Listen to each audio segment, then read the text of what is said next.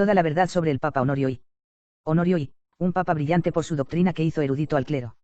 La ortodoxia de Honorio probada por los testimonios de sus contemporáneos y por sus propios escritos. Los lefebvrianos, siguiendo al hereje Le Floch, profesor de la FEIB, iluminados por el anti-infalibista Jacques Bossuet, que por servilismo hacia el rey galicano Luis XIV, revivió la falsedad, ya condenada por la Iglesia, de que el Papa Honorio I habría sido condenado por un concilio ecuménico, son los más entusiastas difusores de la calumnia contra el Papa Honorio I. Nada más lejos de la verdad, ya que esta infamia que sale de sus bocas y plumas guiadas por el diablo es manifiestamente contraria a la veracidad de los hechos, e interesada para justificar su posición herética y sus capillas cismáticas, pesebres de donde comen. Todo ello para sostener y no enmendar su posición blasfema de que un papa puede ser hereje y, a su vez, conservar su oficio.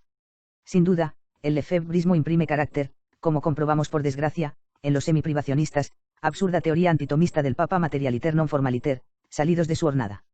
Veamos la verdad, tal cual ocurrió, y cómo los herejes de todos los tiempos urdieron esa falsa creencia para justificar su desobediencia al dulce vicario de Cristo en la tierra, en palabras de Santa Catalina de Siena. La biografía oficial de Honorio, insertada en el Liber Pontificalis, alaba a este papa por sus numerosas buenas obras, y notablemente por haber hecho erudito al clero, multa bona fecit. Hic erudivit clerum, in, Liber Pontificalis, edición anotada por Louis Duchesne y los alumnos de la Escuela de Roma, París 1955, 1. J. p. 323. Jonas de Bobbio, que había visto al Papa en Roma, hizo de él un retrato muy ventajoso, venerable, sagaz, de buen consejo, dulce, humilde. Brillante por su doctrina, Doctrina Clarence, Bobbio, Viernes de Saint Bertulfe, cap 6.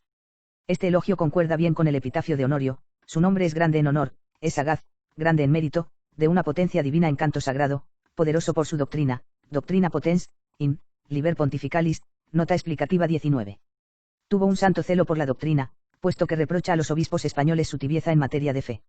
El obispo de Zaragoza, Braulio, hablando en nombre de los obispos reunidos en el Cuarto Concilio de Toledo, 638, intenta justificarse, y después concluye con un cumplido: las dos partes del universo, a saber el Oriente y el Occidente, advertidas por tu voz, comprendieron que la ayuda residía en tu divina presidencia y que era necesario unirse para demoler la perfidia de los malvados. Braulio de Zaragoza, Epistolario, 129, in, Georg Kreutzer, Die Honorius Fragea im mittel alterum dinder Neuzeit. Colección Papste und Papsttum, T8, tesis de doctorado, Stuttgart 1975, p. 19. Según el universitario especialista Kreutzer, Braulio hizo allí una alusión a la lucha valiente de Honorio contra el monotelismo. La herejía monotelita pretende que nuestro Señor no tendría más que una voluntad, mientras que en verdad, tiene dos, la divina y la humana. Pero en la época de Honorio, la Iglesia no tenía todavía zanjada esta cuestión, y los teólogos disputaban a este respecto. Además, los teólogos disputaban todavía sobre una segunda cuestión. Cristo tiene una o dos voluntades humanas. Luego, tres opiniones. Cristo tiene una voluntad divina más una voluntad humana buena, lo que es teológicamente correcto.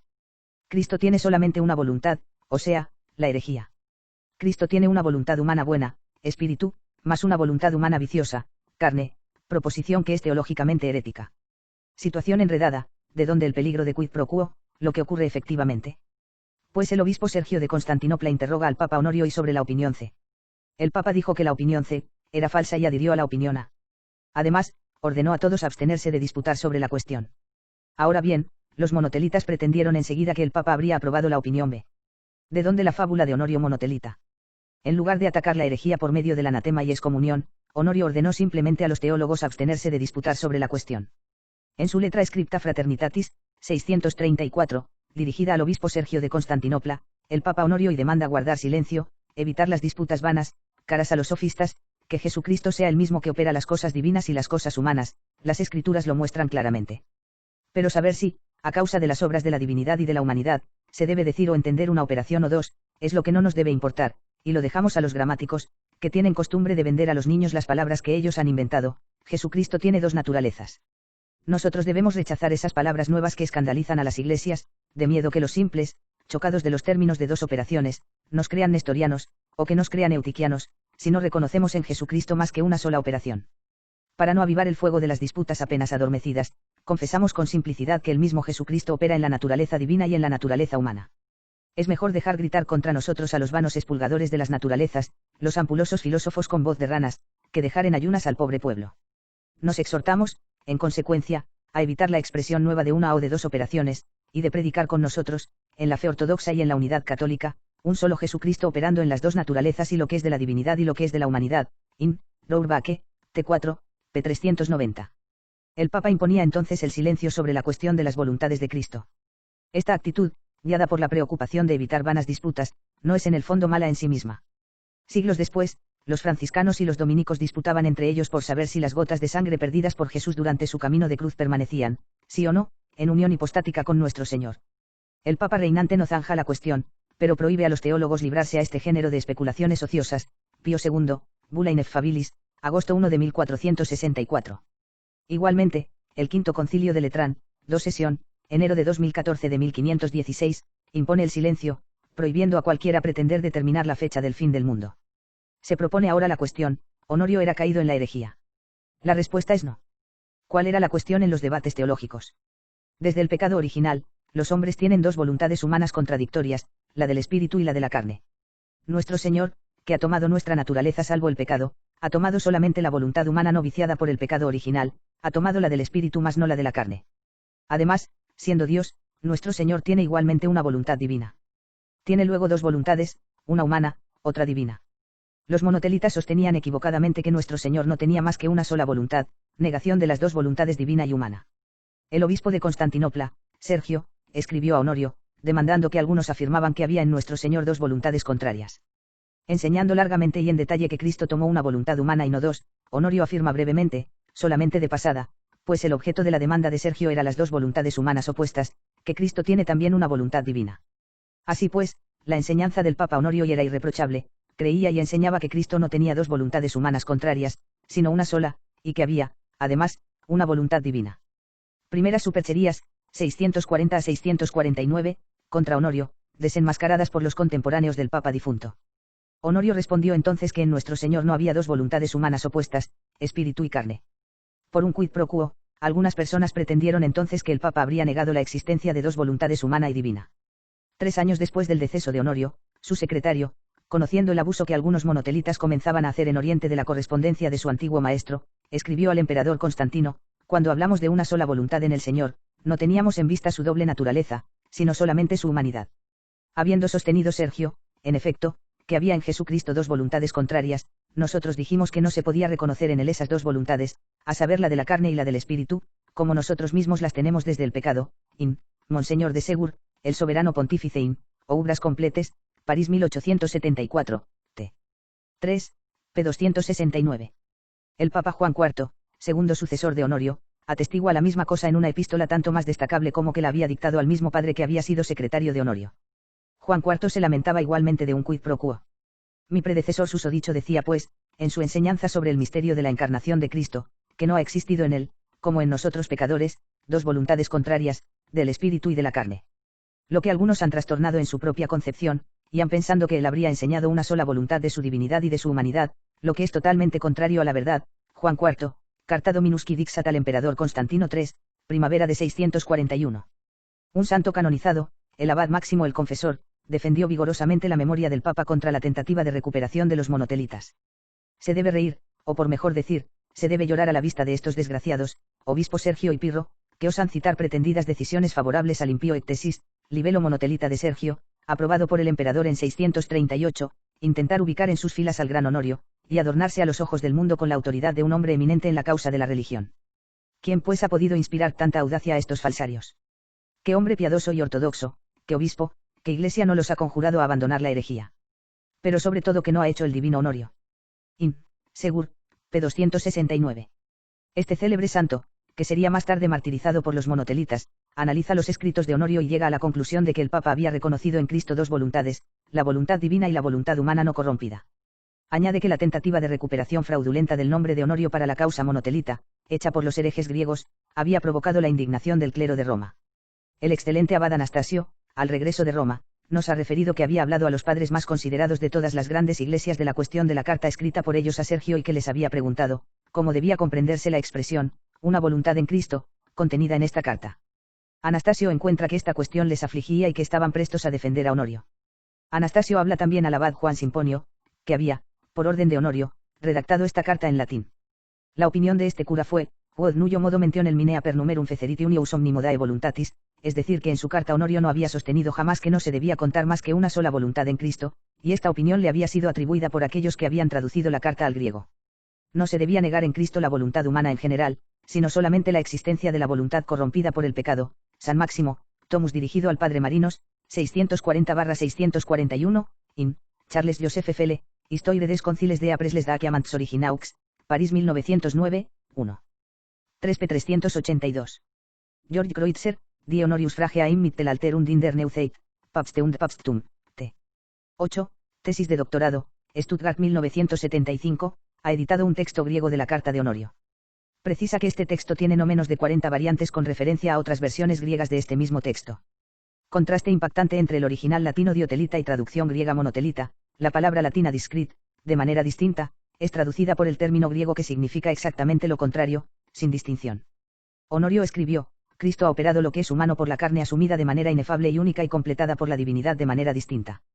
El falsificador griego traduce: Cristo ha operado lo que es humano por la carne asumida de manera inefable y única y completada por la divinidad sin distinción. Original latino, copia griega infiel y traducción francesa de estos dos textos en Heinrich Densinge, Symbols Definitions de la FOAI Catholique, París 1996, p. 176. ¿Quién es más creíble, el secretario del Papa que ha escrito el original en latín en Roma, o los copistas de Constantinopla que han traducido mal la carta al griego? San Máximo puso por escrito un diálogo que tuvo en 645 en Cartago con el monotelita Pirro, que había sucedido al obispo de Constantinopla Sergio, pero que había sido depuesto por el crimen de herejía y exiliado en África. Tras el diálogo con San Máximo, Pirro abjura de sus errores, pero recae más tarde, lo que le valió un anatema por parte del Papa. Este diálogo es muy instructivo, porque muestra cómo los monotelitas maniobraron fraudulentamente para ampararse en la autoridad de Honorio, que estaría, decían, de su parte. Pirro, ¿qué tienes tú que contestar sobre Honorio? Pues ha enseñado claramente a mi predecesor que no había más que una sola voluntad en Cristo.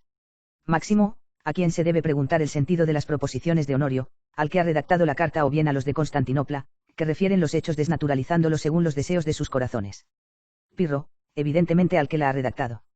Máximo, ese vive todavía y ha ilustrado a Occidente con sus virtudes y también con sus definiciones en materia de fe, conformes a la piedad. El antiguo secretario de Honorio había sido elegido papa bajo el nombre de Teodoro I, 642-649, al momento, 645, en que Máximo escribía su diálogo con Pirro. Ahora bien, he aquí lo que escribía al difunto emperador Constantino: nos hemos afirmado que hay una sola voluntad en el Señor, no la de la divinidad y de la humanidad, sino únicamente la de la humanidad, pues habiéndonos escrito Sergio que algunos afirmaban dos voluntades opuestas en Cristo, nos hemos respondido que Cristo no tenía dos voluntades opuestas, carne y espíritu, sino una sola voluntad que caracteriza naturalmente su humanidad. La prueba es que él ha hecho mención de miembros y de carne, cosas que no es lícito de referir a la divinidad. Pero ¿por qué Honorio no ha hablado de la divinidad? ¿Por qué se ha limitado a responder a la demanda de Sergio y además nos atenemos a la costumbre de la Escritura, que habla tanto de la divinidad sola, como de la humanidad sola? En el mismo sentido de evitar la división de la persona de Cristo, Honorio evita hablar de una o de dos operaciones, pero afirma que Cristo actúa de muchas maneras. San Máximo, diálogo con Pirro. Juan IV, 640-642, tuvo un sínodo romano en 640. Allí condena del monotelismo, pero mantiene silencio sobre Honorio. Poco tiempo después del deceso de Honorio, las iglesias de África y las iglesias de Oriente afirmaron la infalibilidad pontificia en dos cartas al Papa San Teodoro I, tercer sucesor de Honorio, in, Dom Pras par Geranger, la Monarchie Pontificale, París y Le Mans 1869, p. 172-175. Entonces Honorio no podía haber errado. Por petición de los obispos africanos, San Teodoro I publica una carta sinodal, demandando a Pablo, obispo de Constantinopla, sucesor de Pirro que había sido depuesto una segunda vez, abandonar la doctrina monotelita. Pablo respondió que no reconocía más que una sola voluntad, monotelismo, y tuvo el atrevimiento de invocar la autoridad de Honorio a favor de su herejía. San Teodoro y evidentemente no da ningún crédito a esta nueva tentativa de enrolamiento del Papa difunto en la causa del monotelismo. Anatematiza a Pablo, pero no a Honorio. Este hecho es referido por el Papa Martini, 649-653, durante el concilio de Letrán, in, Jan Dominic Mansi, Sacrorum Conciliorum Nova et Amplissima Collectio, Florencia 1764-1765, reedición París 1901, reedición Graz 1960, t. X, p. 878, y por el autor de la Vita Theodori, in, Liber Pontificalis. El concilio de Letrán habido en Roma en 649, reunió 105 obispos en su mayoría italianos, pero también griegos. Allí fue mencionado el nombre de Honorio. Durante el concilio, en efecto, el Papa Martini hizo leer una carta del obispo monotelita Pablo de Constantinopla al Papa San Teodoro I. En esta carta, Pablo pretendía apoyarse sobre Sergio de Constantinopla y Honorio de Roma. En efecto, Pablo escribía: pero todos los piadosos doctores y predicadores han retenido en su espíritu de esta manera una voluntad, herejía monotelita, una sola voluntad en Cristo. De esto tenemos testimonios. Con este hecho están de acuerdo Sergio y Honorio de pía memoria, que decoran la sede sacerdotal suprema, uno de la Nueva Roma, Constantinopla, el otro la de la antigua Roma. Así pues tenemos esto, la doctrina monotelita, de ellos, Immansi, Sacrorum Conciliorum Nova et Amplissima Calexian, TX, Col 1026. Esta carta señalaba claramente a Honorio como monotelita. Ahora bien, el concilio anatematizó a Pablo y Sergio, pero no a Honorio, lo que indica que los padres de Letrán tenían por absolutamente infundada la ecuación de Honorio monotelita. Durante la quinta sesión el 31 de octubre de 649, Canon 18, se anatematiza a los jefes de la secta monotelita, Teodoro de Farán, Ciro de Alejandría, Sergio de Constantinopla y sus sucesores Pirro y Pablo, pero en absoluto Honorio y. Nadie soñaba con condenar a este papa de santa memoria, todo lo contrario. Durante este mismo concilio de Letrán, el obispo Esteban de Dor hizo un testimonio de la más alta importancia. San Sofronio, obispo fallecido en 638, adversario principal del monotelita Sergio, mientras vivía el papa, había sido puesto al corriente de la carta de Honorio que exigía a Sergio guardar silencio. Como Sergio continuaba soltando sus herejías, San Sofronio dijo entonces a Esteban que fuera de Jerusalén a Roma para informar al papa. Marcha desde la salida del sol hasta el anochecer, hasta que arribes a la sede apostólica, donde se encuentra el fundamento de la doctrina ortodoxa, y no ceses de develar a los hombres santos que se encuentran allá abajo las maquinaciones de los herejes, hasta que la nueva herejía sea completamente aniquilada. In Gerard Schneemann, Studien über die Honorius Frage, Friburgo 1864, p. 20. Este testimonio constituye una prueba formal de la ortodoxia de Honorio y del clero romano. El sínodo reunido en Roma por el Papa Santo Agatón no condena a Honorio. San Agatón tuvo aún la prudencia de redactar expresamente 2 cartas para suprimir toda posibilidad de acusación contra el Papa difunto. Se cree con razón que el Papa Agatón ha hecho esta declaración para quitar toda sospecha de error de parte de Honorio. San Alfonso, Dissertation sur le autorité du pape, artículo 1, 3, in, Obras completes, 1887, reeditado en Bélgica en 1975, t. 9, p. 330.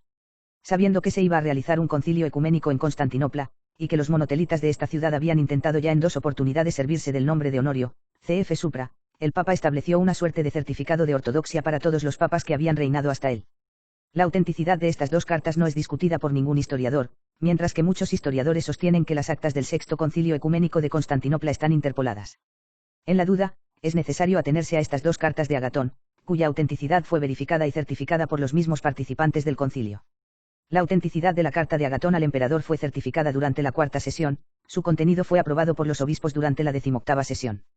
Esta carta fue escrita por Dios, y por Agatón Pedro ha hablado. Es entonces esta carta la que debe servir como guía. El Papa exhorta al emperador a guardar la fe definida por los santos y apostólicos predecesores y los 5 concilios ecuménicos. Esta fe, nosotros la recibimos por la tradición de los apóstoles y de los pontífices apostólicos, es decir, por los papas. Enseguida, Agatón expone la sana doctrina, refutación del monotelismo, y agrega, he aquí la profesión verdadera e inmaculada de la religión cristiana, que no es inventada por la malicia humana, sino que el Espíritu Santo enseña por la boca de los pontífices romanos, uno de ellos Honorio. Agatón, sabiendo que Teodoro y Macario, y antes que ellos Pirro y Pablo, habían invocado el nombre de Honorio a favor de la causa monotelita, tomó la delantera y declara inocente por anticipación al Papa Honorio. Bajo la presidencia de San Pedro, esta iglesia apostólica que es la suya jamás se ha alejado de la vía de verdad, para entrar en cualquier partido de error. Desde siempre, la Iglesia Católica de Cristo toda entera y los sínodos universales han abrazado fielmente su autoridad y la han seguido en todas las cosas, como siendo la del príncipe de todos los apóstoles. Todos los padres venerables se han conformado a esta doctrina apostólica. Es esta la doctrina que han venerado los santos doctores ortodoxos, y que los herejes han perseguido con sus acusaciones y rechazado con todo su odio. Por la gracia de Dios Todopoderoso, no se podrá jamás demostrar que esta Iglesia haya desviado del sendero de la tradición apostólica, ni que haya sucumbido, corrompiéndose, ante las novedades heréticas, sino que gracias al príncipe de los apóstoles, ella permanece inmaculada, según la divina promesa del Señor. Sigue la cita de Lucas XXI, 32. Cristo prometió que la fe de Pedro no desfallecería en absoluto, lo exhorta a confirmar a sus hermanos, lo que los pontífices apostólicos, mis predecesores, hicieron siempre intrépidamente. Mis predecesores no descuidaron jamás exhortar a los herejes, y de advertirlos con súplicas que abandonasen los errores dogmáticos de la herejía, o, al menos, que se callaran, y no creasen así un cisma enseñando una voluntad y una operación de nuestro Señor Jesucristo. Agatón hizo allí una alusión clara a Honorio, que había demandado a Sergio que se callara. Después prosigue, desgraciado de mí si descuidara predicar la verdad que estos, mis predecesores, entre los cuales Honorio, predicaron sinceramente. Desgraciado de mí, si yo sepultara la verdad por mi silencio. Agatón, carta considerantimi al emperador, 27 de marzo de 680, in, Mansi, t. 11, col. 234 ss. Como se ve, no se puede reprochar a Honorio de haber guardado silencio, pues Agatón dice que todos sus predecesores sin excepción predicaron la verdad y reprendieron a los herejes. Se vio jamás mejor certificado de buena conducta. Advertencia: este certificado de buena conducta fue puesto por las nubes por los padres del concilio, por Agatón Pedro ha hablado. En consecuencia, ¿cómo habrían podido condenar un papa por el crimen de herejía? La falsificación de las actas del Sexto Concilio Ecuménico, 680 a 681. Sin embargo, consultando ciertas obras históricas, se lee que Honorio habría sido anatematizado por el Sexto Concilio Ecuménico. ¿Cómo explicar esta contradicción entre los elogios del Papa Agatón y las actas del concilio? Es que las actas del concilio fueron falsificadas por los griegos. Los griegos falsificaron a menudo las actas de los concilios. Agregar o quitar a las actas de los concilios son empresas ordinarias para los griegos, decía Anastasio el bibliotecario, in. Segur, p. 271. Anastasio el bibliotecario, 800 a 879, vivió en Roma. Era archivista de los papas y traductor célebre por su conocimiento del griego. San Roberto Belarmino escribió: si pues los griegos corrompieron el tercero, 4, v y 7 sínodo, es extraordinario que hayan corrompido igualmente el sexto. De Romano Pontifice, libro 4, cap 11. Los griegos eran mal vistos por Roma a causa de sus fraudes múltiples. Los papas se quejaban bastante a menudo. El Papa San Nicolás y da una autorización basada sobre un documento que había recibido de Grecia, pero precisa, visto que este documento no sea falsificado según la costumbre de los griegos, non falsata mor Graecorum, carta al emperador Michel. El Papa San León y el Grande, carta Puritatem Fidei, marzo de 2010 de 454, se lamenta, porque algunos habían falsificado su carta a Flaviano. Después de haber cambiado algunos verbos y sílabas, los falsificadores sostenían que el Papa León habría caído en la herejía de Nestorio. Una desventura similar habría de llegarle al Papa Honorio. Pues desde las primeras sesiones del Sexto Concilio, se descubrió la presencia de falsarios entre los participantes. Desde el comienzo de la primera sesión, los legados pontificios declararon que desde hacía 46 años, el monotelismo era enseñado por los obispos de Constantinopla Sergio, Pablo, Pirro y Pedro, así como por Ciro patriarca de Alejandría y Teodoro obispo de Farán. Ninguna mención de Honorio. A pesar de los esfuerzos de la sede apostólica, ellos permanecían aferrados al error con pertinacia. El patriarca de Antioquía, Macario, replica que los monotelitas tenían su doctrina de los concilios, de los padres de la Iglesia y además también de Honorio, que fue papa de la antigua Roma, in. Mansi, t. 11, col 213. El concilio examina entonces las piezas producidas por Macario. Se lee un pasaje del concilio de Efeso, que contenía una cita de San Cirilo de Alejandría. Esta cita no era monotelita, como lo pretendía Macario, sino diotelita. Durante la tercera sesión, se leyeron las actas del Quinto Concilio Ecuménico, una carta del obispo de Constantinopla Menas, que contenía la fórmula una voluntas, pareció sospechosa a los legados.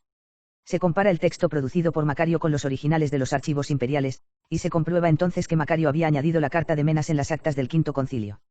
Durante la séptima sesión, se descubrió que Macario había fabricado igualmente otra falsificación, a saber una carta del Papa Vigilio que definía, él decía, una operación de Cristo.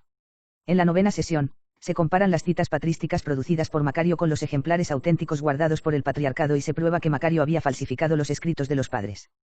El obispo de Antioquía se obstina y se aferra a sus pretendidas autoridades, concilios, padres, Honorio. Fue entonces anatematizado y depuesto por crimen de falsificación de escritos. En la oncena sesión, se leyó un escrito anterior de Macario, según el cual Honorio habría ya sido condenado en razón de su monotelismo. Esto era una mentira tan evidente que no fue tomado en serio por nadie. Hay todo el derecho de creer que el conjunto de las actas del Sexto Concilio haya sido alterada por un falsificador. He aquí algunas pruebas. La carta de Agatón. En su carta al emperador, leída en la cuarta sesión, el Papa San Agatón había condenado por sus nombres a 7 herejes monotelitas, in. Mansi, t. 11, col 274 a 275. Durante la 13ª sesión, los padres del concilio escribieron, pretendidamente, al Papa Agatón: nos hemos excluido del rebaño del Señor a aquellos que han errado en la fe, o, para hablar con David, los hemos muerto con anatemas, según la sentencia pronunciada anteriormente en tus santas cartas contra Teodoro de Farán, Sergio, Honorio, Ciro, Pablo, Pirro y Pedro, in. Mansi, t. 11, col 683. Los padres del concilio, o mejor, el copista que falsifica la declaración de los padres, son aquí tomados en flagrante delito de mentira, han reemplazado el nombre de uno de los condenados por el de Honorio. Comparemos las dos. Lista auténtica, leída en la cuarta sesión, del Papa San Agatón, 1. Teodosio el hereje de Alejandría, 2. Ciro de Alejandría, 3. Teodoro obispo de Farán, 4. Sergio de Constantinopla, 5. Pirro, patriarca de Constantinopla, 6. Pablo también, su sucesor, 7. Pedro, su sucesor. Falsa lista de la pretendida 13ª sesión cuyo autor es el copista falsificador, 1. Honorio, 2. Ciro, Teodoro, obispo de Farán, 4. Sergio, 5. Pirro, 6. Pablo, 7. Pedro. El nombre del hereje Teodosio de Alejandría es borrado y reemplazado por el de Honorio. Esto constituye una prueba indubitable de que las actas del concilio fueron. La actitud del emperador. En la carta imperial que confirma el concilio, el emperador retoma el anatema que castigaba a los herejes monotelitas siguientes: designamos como tales herejes a Teodoro, antiguo obispo de Farán; Sergio, antiguo obispo de esta villa imperial, Constantinopla, protegida por Dios. Con ellos era de la misma opinión y de la misma impiedad Honorio, antiguamente papa de la antigua Roma, que era hereje como ellos, estaba de acuerdo con ellos y afirmaba la herejía; y Ciro, obispo de Alejandría, y similarmente Pirro, Pedro y Pablo, in Mansi, 1:11, col 710 a 711. Ahora bien, muy curiosamente, este mismo emperador, en dos cartas dirigidas al Papa León II para informarle de los resultados del concilio, no hizo ninguna mención de la condenación de Honorio, como lo señala un historiador perspicaz. Otra prueba de que las actas han sido falsificadas y que el texto original no llevaba en absoluto la condenación ni el nombre de Honorio, es que el emperador no dudaba de si habría cuidado mucho de mantenerlo en secreto, por eso escribió a San León II, sucesor de San Agatón, y al concilio romano según las verdaderas actas de las sesiones, en las cuales siempre había participado. Igualmente, no hay una sola palabra sobre Honorio en estas dos cartas. Edouard Dumont, Pruebas de la falsificación de las actas del biconcilio contra Honorio in Annales de Philosophie Chrétienne, París 1853, p. 417. Si verdaderamente el concilio hubiera anatematizado a un papa, el emperador no habría dejado de señalar un acontecimiento tan sensacional a León II. Pero no hizo nada. Su silencio prueba que no hubo condenación de Honorio. Hay gato encerrado. Intrigados por la reflexión de Edouard Dumont, investigamos estas dos cartas del emperador a León II. Extracto de la primera carta: la ley antigua es salida del monte Saían, la cumbre de la perfección doctrinal se encuentra sobre el monte apostólico en Roma, Imansi, T11, col 715. En términos muy poéticos, el emperador hace allí un magnífico cumplido al. Gloria a Dios, que ha hecho cosas gloriosas y ha conservado la fe íntegra entre nosotros. De ninguna manera podría llegar, y Dios ha predicho que esto no ocurriría jamás, que las puertas del infierno, es decir, los embustes de la herejía, puedan prevalecer contra esta piedra sobre la cual ha fundado la Iglesia, in Mansi, T11, col 718. El emperador manifiesta así en forma que no puede ser más explícita que jamás una herejía podrá prevalecer contra un. Extracto de la segunda carta, dirigida al sínodo romano: estamos impresionados de admiración por la relación de Agatón, que es la voz misma de Pedro, in Mansi, T11, col 722. Ahora bien, Agatón, es necesario recordarlo, había afirmado no menos de 4 veces en su carta al emperador que ningún papa había. Notable contraste: por una parte, el emperador alaba al papado, cumbre de la perfección doctrinal, piedra inaccesible a la herejía; por la otra habría anatematizado a un papa hereje tanto como los monotelitas, de acuerdo con ellos, y que habría afirmado la herejía. No es una buena prueba suplementaria de que las actas del concilio fueron adulteradas. La biografía de Agatón es una fuente de informaciones independiente de las actas falsificadas del concilio. Según esta biografía, los padres, los legados y el emperador quitaron de los dípticos de la iglesia de Santa Sofía en Constantinopla los nombres de Ciro, Sergio, Pirro, Pablo y Pedro, en razón de su herejía. Liber Pontificalis, Vida de Agatón, 2, p. 354. Se habrá advertido, ninguna mención de Honorio. Una carta ficticia de Honorio. Durante la 13ª sesión, se leyeron 2 cartas de Honorio a Sergio, lo que es una impostura. Pues Honorio había escrito solamente una carta, no 2. Da fe de esto el testimonio del secretario del Papa difunto, que habla de una respuesta a Sergio. La segunda carta es redactada por Sericus, mientras que el secretario de Honorio se llamaba Juan. Resumen de una tesis de doctorado especializado: el testimonio de los escritores contemporáneos nos permite pues mirar a la segunda carta como enteramente imaginada y a la primera como falsificada. Padre Benjamin Marsalin Constant, Etude historique sur les lettres de Honorius, tesis de doctorado defendida en Lyon, París 1877, p. 57. La primera carta, Scripta Fraternitatis, 634, ha sido mal traducida al griego, cf. supra nuestra muestra latín griego francés. La segunda carta, Scripta Dilectissimi, 634, es inauténtica, cf. también el artículo de Silva Tarouca en Gregorianum, N12, 1931, p. 44 a 46. El extraño silencio de los legados y del Papa Agatón. Honorio fue, supuestamente, acusado en la 12ª sesión, y luego anatematizado a partir de la 13ª sesión. Hasta la 12ª sesión del Sexto Concilio Ecuménico, los legados pontificios habían tomado la palabra frecuentemente. Su comportamiento parece entonces muy extraño después de la 12ª sesión. Cuando fueron leídas las 2 cartas de Honorio, no se les oyó una sola palabra para defenderlo. Aceptaron en silencio la condena de Honorio y confirmaron sin contradicción el anatema pronunciado en su contra. Kreutzer, 97 a 100. En el Liber Pontificalis se encuentran las biografías oficiales de los papas.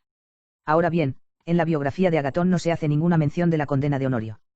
Erich Kaspar, Geschichte des Papsttums, Tubinga 1930 a 1933, T2, p. 609, intenta explicar la ausencia de la condena de Honorio y en la Vita Agatonis pretendiendo que los legados pontificios habrían cesado, a partir de marzo/abril de 681, de enviar reportes a Roma en razón del mal aspecto tomado por el concilio. Pero esta hipótesis es desmentida por el contenido de la Vita misma, que habla todavía de asuntos que pueden haber tenido lugar solamente después del 26 de abril, momento de la 15ª sesión. C.F. Dusiein, Liber Pontificalis, IP 356, nota explicativa 13. Reflexionemos un poco, si Agatón hubiera realmente recibido una noticia tan sensacional, inaudita en la historia de la Iglesia y en contradicción flagrante con la carta que acababa de escribir para certificar la ortodoxia de los papas, ciertamente habría reaccionado. Pero en la Vita Agatonis no figura ninguna mención de la condena de Honorio, lo que indica que ella es puramente ficticia. Igualmente, los legados, si realmente se hubiera intentado anatematizar a Honorio, seguramente habrían hecho sus comentarios. Su mutismo repentino y anormal indica que un copista inserta el anatema contra Honorio, pero se olvida de inventar igualmente algunos discursos de los legados, que habrían vuelto plausible la cosa. Pero suponed que el nombre de Honorio no haya sido en absoluto mezclado en todo esto, el silencio de los legados se concibe muy fácilmente. Evidentemente no habrían tenido nada que decir en este caso, Dumont, el Sexto Concilio y el Papa Honorio, in Annales de Philosophie Chrétienne, París 1853, p. 58. Cartas falsas de León II. Agatón falleció el 10 de enero de 681 y fue reemplazado hacia fin de año por León II, 681 a 683. El obispo de Constantinopla, Teodoro, fabrica entonces dos cartas ficticias del Papa León II, que habría, supuestamente, confirmado el anatema contra Honorio, numerosas pruebas de la falsificación en Dumont, p. 418 a 419 y en Sisar Baronius, Annales Ecclesiastici, a Amber 1600, anno 683. Teodoro acredita así entre los griegos la fábula del anatema contra Honorio. Esta fábula llega a los oídos de Roma. 2 siglos después, Roma venga solemnemente la memoria ultrajada de fraudes de los griegos contra Honorio definitivamente condenados por la Iglesia.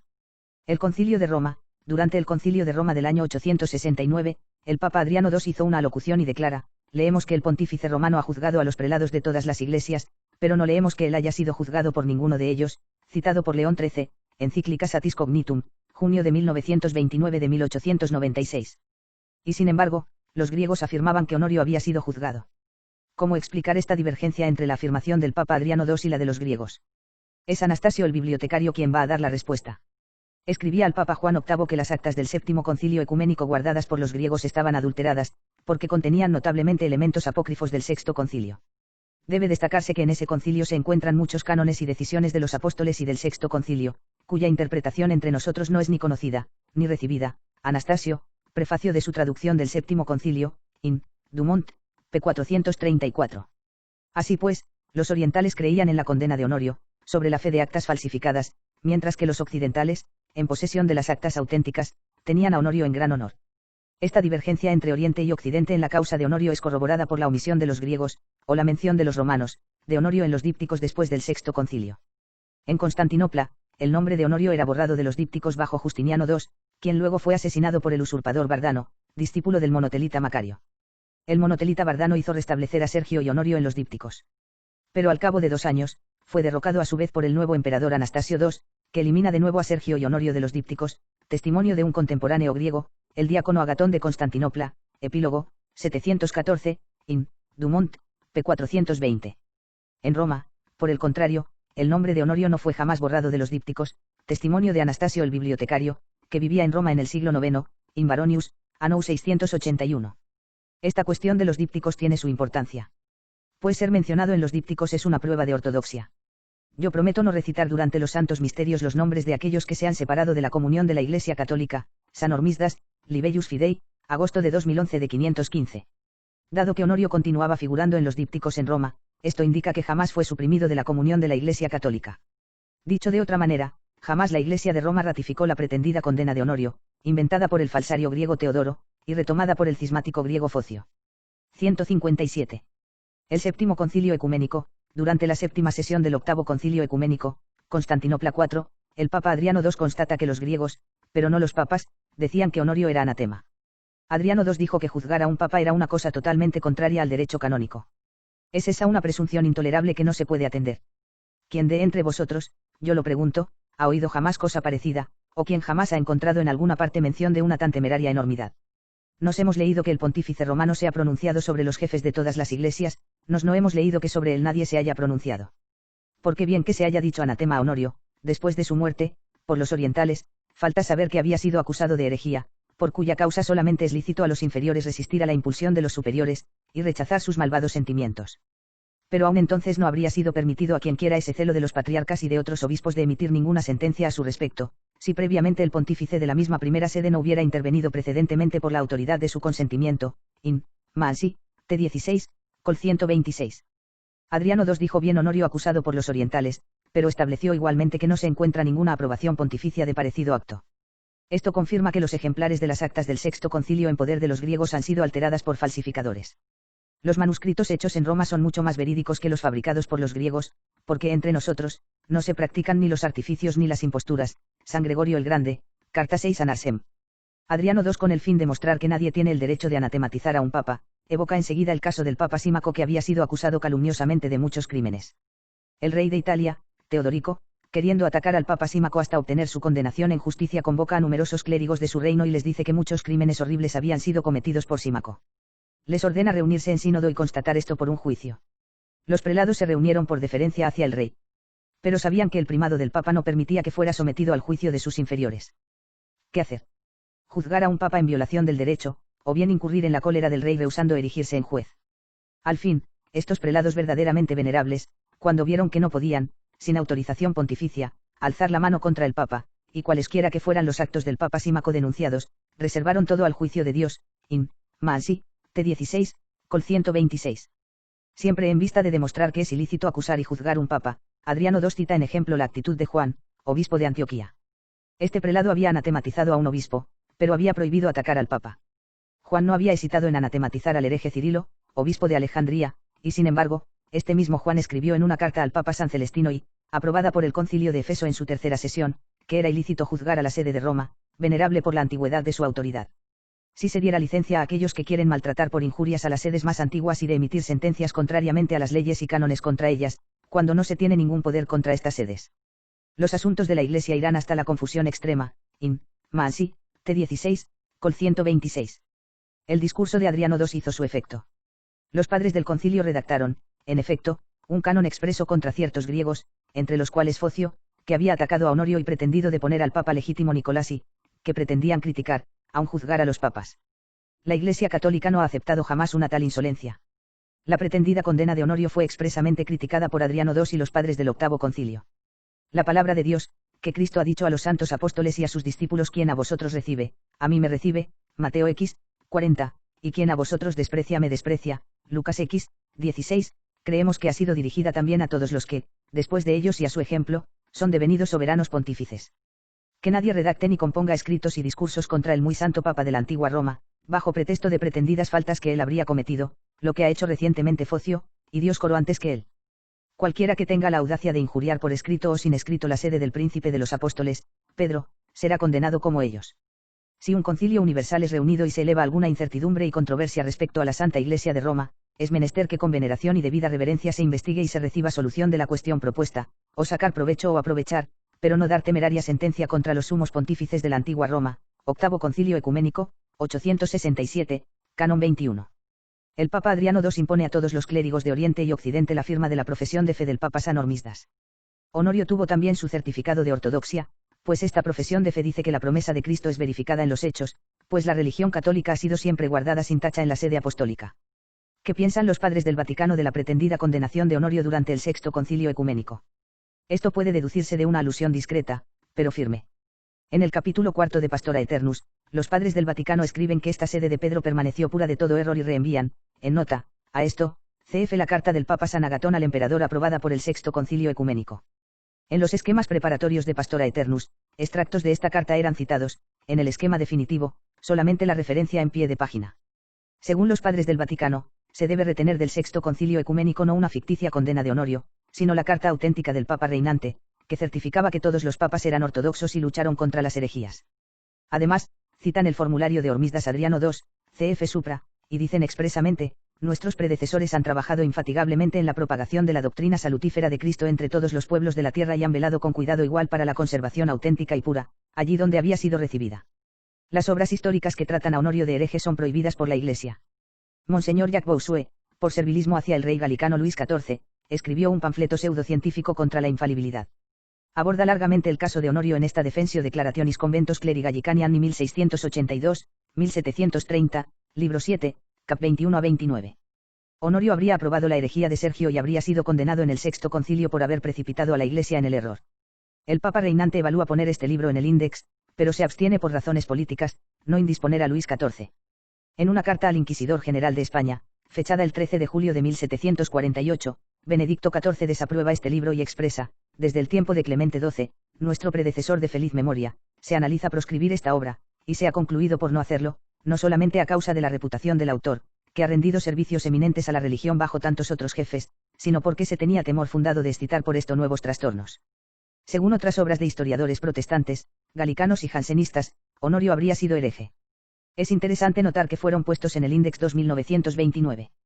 La Santa Iglesia da así a entender que la teoría Honorio hereje es una tesis ilícita. Decir que Honorio habría sido condenado por crimen de herejía es una aserción científicamente falsa. Decir que habría sido solamente anatematizado por su negligencia en combatir la herejía es una aserción igualmente falsa.